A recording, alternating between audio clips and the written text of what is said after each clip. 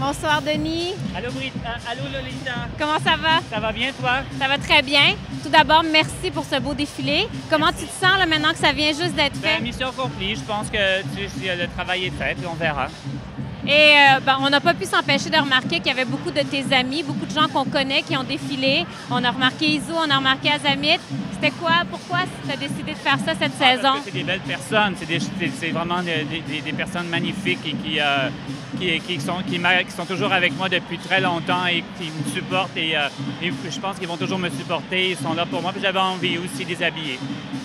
Puis au niveau de si on revient sur la collection en tant que telle, je pense que ton grand pouvoir ou ta grande force, c'est à chaque saison de nous emmener complètement ailleurs, mais toujours en reconnaissant le Denis Gagnon qu'on aime. Oui. Cette saison, c'est vers quoi que tu voulais nous transporter?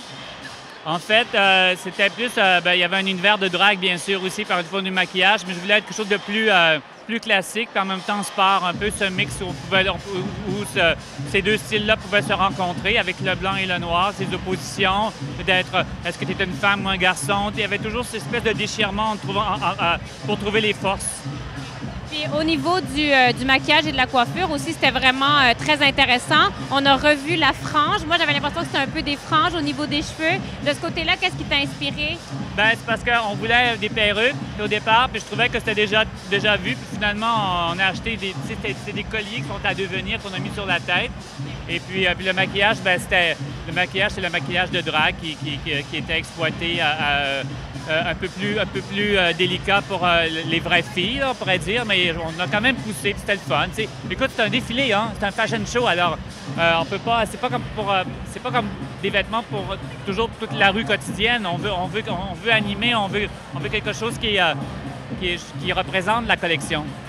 Et puis, on a agréablement vu que tu as décidé de poursuivre la collection masculine, oui, que tu avais commencé la saison dernière. Donc, tu es content, tu vas rester dans cette voie-là, de garder, malgré l'androgénité, de garder une collection femme, une collection homme? Bien, je pense que oui, mais écoute, c'est encore à devenir encore. Hein. C'est encore aussi c'est sans prétention que je fais une collection pour hommes, dans le sens que je pense que je me cherche encore. Peut-être que je vais me trouver, mais je pense que c'est un début. En tout cas, c'était vraiment très beau. Je te remercie. Puis j'aimerais ça peut-être, avant de te laisser partir, que tu nous dises si dans le défilé, tu avais un look, une pièce ou quelque chose qui était vraiment coup de cœur pour toi. Bien, écoute, c'est sûr que, tu sais, il y en avait plein, mais, tu sais, Izo, dans sa robe noire, était splendide. La robe blanche, les robes, j'aimais. J'aimais aussi... c'est difficile pour moi parce que je les aimais tous, tu vois. C'est une question très difficile. Mais tu viens de mentionner la robe que Izo portait. Ouais. C'est sûr qu'il y avait beaucoup de vêtements qui étaient androgynes, mais il y avait beaucoup aussi de choses qui étaient très, très féminines. Plus féminines même que je dirais dans les deux dernières années. Oui, exactement.